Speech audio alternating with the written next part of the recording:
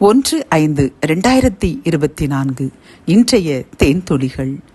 என்னை நோக்கி கூப்பிடு, அப்பொழுது நான் உனக்கு உத்தரவு கொடுத்து, நீ அறியாததும் உனக்கு எட்டாததுமான பெரிய காரியங்களை உனக்கு அறிவிப்பேன்.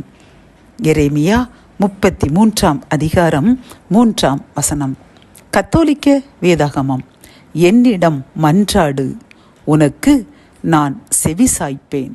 நீ அறிந்திராத மாபெரும் செயல்களையும் மறைபொருள்களையும் உனக்கு நான் விளக்கி கூறுவேன்.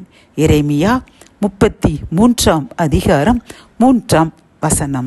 இந்த வசனத்தின்படி கர்த்தரை நோக்கி கூப்பிடுவோம்.